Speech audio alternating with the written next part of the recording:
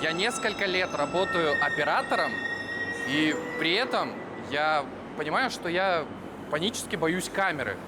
Ну, боялся до последнего времени, потому что я не так давно начал себя снимать дома, и все равно я понимаю, что, черт подери, я боюсь Такой людей, я удар, до ужаса риск боюсь безоблачен. людей. Будьте Но осторожны, я просто двери задумался, закрываются. Be careful, а the doors по are сути-то closing. ведь каждый из этих USB-C людей уже хранит вечером адрес мобильного забудет дома. меня Платформа и даже не Сурганда. вспомнит.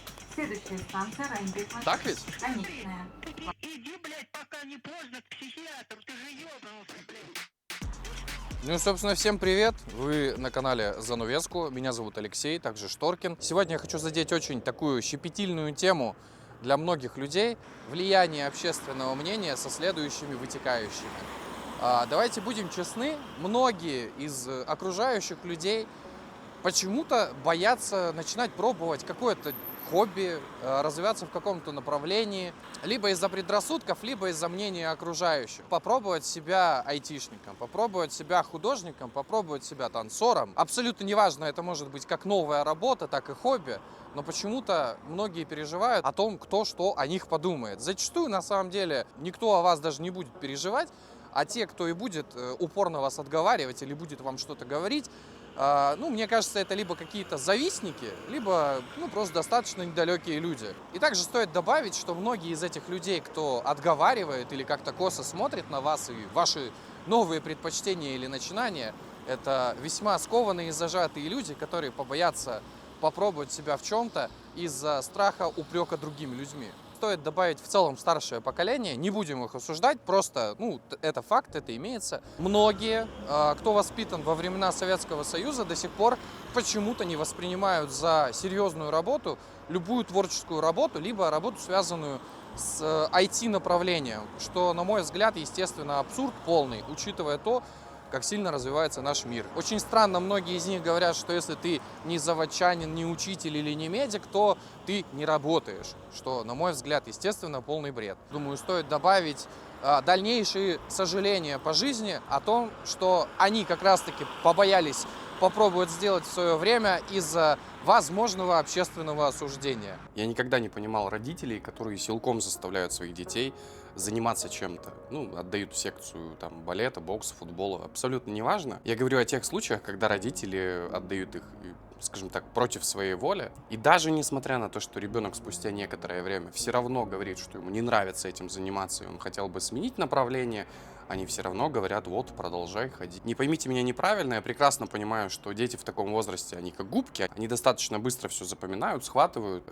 быстро всему учатся. Также я хочу добавить, что я согласен с тем, что ребенку нельзя просто болтаться и ничего не делать. Ну, иначе ребенок может просто потерять себя, начать заниматься не тем, что нужно, или вообще связаться с какой-нибудь дурной компанией и пристраститься к чему-то более ужасному, типа алкоголя, сигарет и так далее и тому подобное. Я полностью согласен, и как бы это очевидно, что ребенку действительно нужно чем-то заниматься и, скажем так, прививать чувство прекрасного. Ну и дать какие-то навыки на раннем этапе. Это будет очень полезно в дальнейшем в жизни. Но я точно хочу сказать, что делать это через пинки, через силу, это, по-моему, самое ужасное, что вы можете сделать.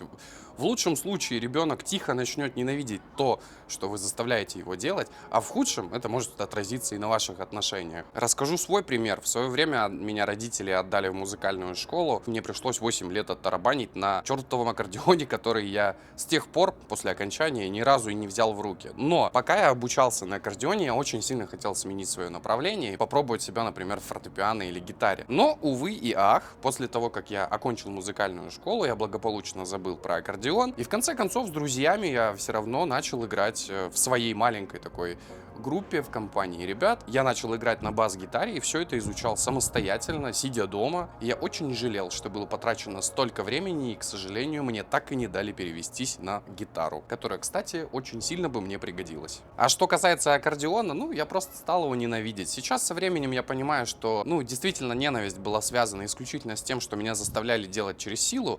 По факту я бы сейчас с радостью сел бы и поиграл, наверное, попробовал что-нибудь вспомнить. Ну и для развития моторики, почему бы нет, очень полезно. Не вижу ничего в этом плохого, просто дайте ребенку понаблюдать за прекрасным, посмотреть, может быть, ему нравятся какие-то направления, и пусть он сам вам об этом скажет. И если спустя какое-то время даже он скажет, что мне это не нравится, я хочу это бросить, просто дайте ему право выбора. Даже если спустя какое-то время он поймет сам, что он зря это сделал, он зря бросил какое-то направление, он рано или поздно, мне кажется, все равно к этому может вернуться. Насильно, как говорится, мил не будешь.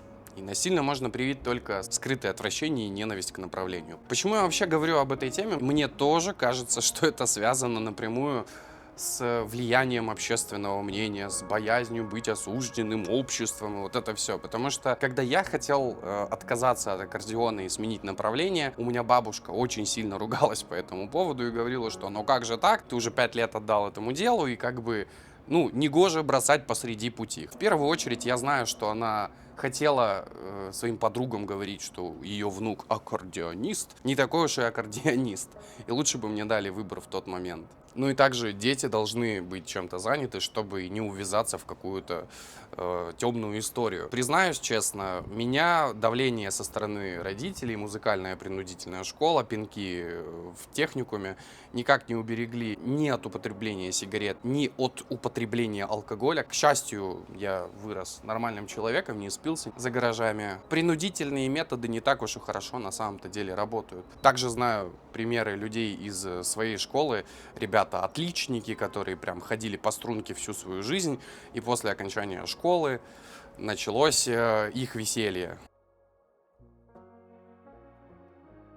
Еще хочу добавить, что из-за таких вот непонятных внутренних ограничений и страхов быть осужденным обществом, мы многое упускаем в нашей жизни и зачастую даже боимся что-то просто спросить. Хотя по факту за спрос вас никто не ударит, а результат может превзойти ваши ожидания. Таким образом, например, я перестал бояться спрашивать что-то у людей на улице или откликаться на какие-то вакансии, например, которые, казалось бы, вообще не по моему левелу. При этом получалось так, что результат превосходил мои ожидания. И меня брали как на разовые какие-то проекты, так и на постоянную основу в большие компании, в которые, казалось бы, путь мне точно закрыт. Увы, как видите, это работает немного иначе. За спрос никто не бьет, а результат может быть выше ваших ожиданий. Вот как-то так. Не переживайте, что вы куда-то напишете, и о вас там что-то подумают, похихикают. В худшем случае похихикают, скажут нет, и мы созвонимся с вами попозже. А в лучшем случае для вас будет открыта новая дверь, поэтому дерзайте, ребят. Сюда же, думаю, добавить историю с «не выделяйся, будь таким же, как и все». Это начинается еще со школьной парты, когда всем детям говорят, что вот, ну что-то как вот там не Вася Петров, не Петя Иванов, веди себя нормально, и вот это вот все. Потом это семя сомнения начинает разрастаться уже в коллективе, и все дети начинают глазеть друг на друга и такие... Таким образом, например, вот в нашем регионе, где я вырос, в школе, например, дети выглядели вот как один, даже на улице. Они одевали вот эти черные спортивки в 3 полоски, слушали одинаковую музыку, а если ты делаешь что-то не так, тебе нравится какая-то другая музыка, или не дай бог ты надеваешь белые кеды, белую футболку, какую-нибудь одежду с цветными принтами, тебя могут принять, скажем так, не за того человека и назвать там нефером, пепсом. Вот. В целом я рад, что это встречается сильно реже, и я надеюсь, что сейчас этого почти не осталось. Если вы из какого-нибудь отдаленного региона и у вас это до сих пор развито, расскажите свою историю в комментариях, будет интересно почитать. В целом я очень хотел бы, чтобы люди делали то, что им нравится, одевались, как они хотят, слушали музыку, которую хотят, или пытались сделать свою, не озираясь на других людей, не пытаясь выслушивать вот этих вот критиков, которые говорят, что вот, а ты там чем-то несерьезным занят. Делайте, что вам нравится, остальное, мне кажется, вообще по барабану. Ну и, конечно же, собственно, одна из главных причин, по которым это все происходит, а что подумают родственники, соседи, там, друзья? Моя, больная и любимая тема. Я вырос с бабулей, которая как раз-таки была подвержена такому общественному мнению, и она постоянно меня одергивала, если я, например, возвращаюсь поздно домой. Несмотря на то, что мне 21 или 22 года на тот момент было, она постоянно мне говорила, что «А что подумают соседи?» У нас вечно на лавочках сидели бабули, которые постоянно кого-то обсуждали, и слухи о каких-то событиях во дворе распространялись со скоростью света или даже быстрее. Или если, не дай бог, ты проходишь с девушкой возле своего дома, то все, ты сразу какой-то непонятный ходок, там придумать можно что угодно. Или же, например, если ты бросил учебу, ну а если ты уволился с нормальной работы, то ты сразу идиот. В свое время я уволился из контактного центра, когда уже получил позицию руководителя маленькой такой группы в колл-центре. Я стал оператором, я просто бросил и ушел. Как бы вот. По поводу образования то же самое. Она также мне говорила, а что подумают родственники, а что подумают соседи. Ну, типа, как ты можешь бросить? Я отучился, получил корочку бухгалтера, которая в итоге мне ни разу примерно не пригодилась. Я считаю, что образование это полезно. Оно определенно должно быть в жизни, если не всех, то большинства людей. Давайте будем честны, образование должно быть осознанным. В наше время, мне кажется, будет бесполезным просто пойти потратить 5 лет своей жизни на образование, которое по факту тебе даже не пригодится. Есть масса примеров людей, которые получили там первое, второе высшее и по нему даже не работают. Конечно, думайте сами, смотрите, какие направления вам ближе. Я, естественно, не советчик, я просто делюсь своим опытом, как-то так. Без образования жить можно, и при этом можно быть конкурентным. Давайте просто представим такую ситуацию. Вот есть мистер работодатель, бизнесмен. К нему приходят два человека. У одного паренька диплом, у второго 6-летний опыт и накусанность в данном направлении. Давайте подумаем, кого выберет господин предприниматель. Естественно, с большей долей вероятности он выберет того человека, который просто имеет какой-то опыт в этом направлении. То же самое касается армии. Боже ж ты мой, мне родственники прожужжали все уши тем, что настоящий мужчина должен отслужить в армии. И когда ты сходишь в армию, ты только скажешь нам спасибо. Спасибо. Я топтал год, мне очень сильно повезло, я попал в классный коллектив. Увезли сначала во Владивосток, потом я попал на Камчатку. В целом, это был очень насыщенный, интересный год, что врать, я до этого ни разу нигде не ездил и не путешествовал. Но, честно говоря, этот год я мог бы провести с большей пользой. Если бы была возможность не пойти, я бы с радостью это сделал, несмотря на общественное мнение. Еще один пример из жизни, который меня забавляет. Я слышал это всю свою жизнь. Закончишь садик, делай, что хочешь. Закончишь школу, да делай ты, что хочешь. Закончишь колледж, да делай, что хочешь. Отслужишь в армии, да делай, что хочешь. А потом начинается у многих людей семья, дети. Ну и скажите, а где тот период, когда я должен делать, что хотите, должен пробовать? Делать что-то неправильное, что-то употреблять, не дай бог. Нет, я вообще не про это. Я сейчас говорю про развитие в каких-то направлениях, пробовать себя в чем-то новом. Где этот период и когда он будет? В конце концов, я просто сам понял, что от меня не отстанут, пока я не стану сопротивляться сам. Вот. Тебе уже поздно что-то менять.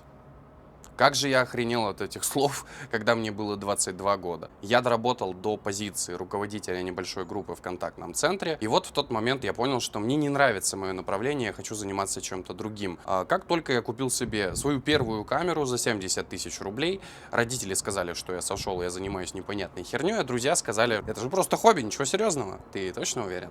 После покупки камеры я еще какое-то время посидел, поработал, и вот уже спустя примерно там полгода я думаю, черт подери, камера так и лежит, опыта я не набираюсь, и если я продолжу сидеть так дальше, то я буду сидеть так вечно. На одном из перерывов я просто встаю, иду и пишу заявление об увольнении. Сотрудники отдела кадров в этот момент смотрели на меня с ошалевшими глазами и такими, ты что творишь, дурак? Но ничего, я сделал все правильно, потому что спустя примерно 3 месяца я снимал уже первый свой в жизни концерт. Это была Дора. Еще спустя какое-то время понеслась Гарри Топор, Тони Раут, The Hatters, Pyrokinesis, Husky. И все это буквально за полгода. И набив портфолио вот этими работами, дальше я пошел просто и устроил совместное новостное издание, где благополучно занимался съемками рекламы. И вот уже когда я работал на своей любимой позиции, интересной мне, в которой я мог развиваться дальше, и проработав какое-то время в этом направлении, уже я мог задаться вопросом, ну что, несерьезно?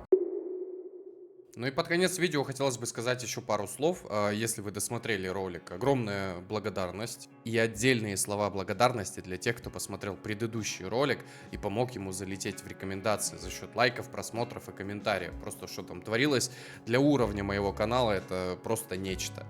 Я буду рад каждой подписке, каждому комментарию. Ну и если у вас есть желание поддержать начинающий, не зажравшийся канал, я вам за это скажу только спасибо. Все способы будут в описании. Также в описании будут все ссылки на мои социальные сети. Подписывайтесь, буду очень рад абсолютно каждому. Еще раз спасибо, что досмотрели ролик. Желаю вам хорошего дня, вечера или ночи. Спасибо, что уделили мне время. Делитесь вашими историями. Ну и самое главное, думайте и решайте сами. Всем пока.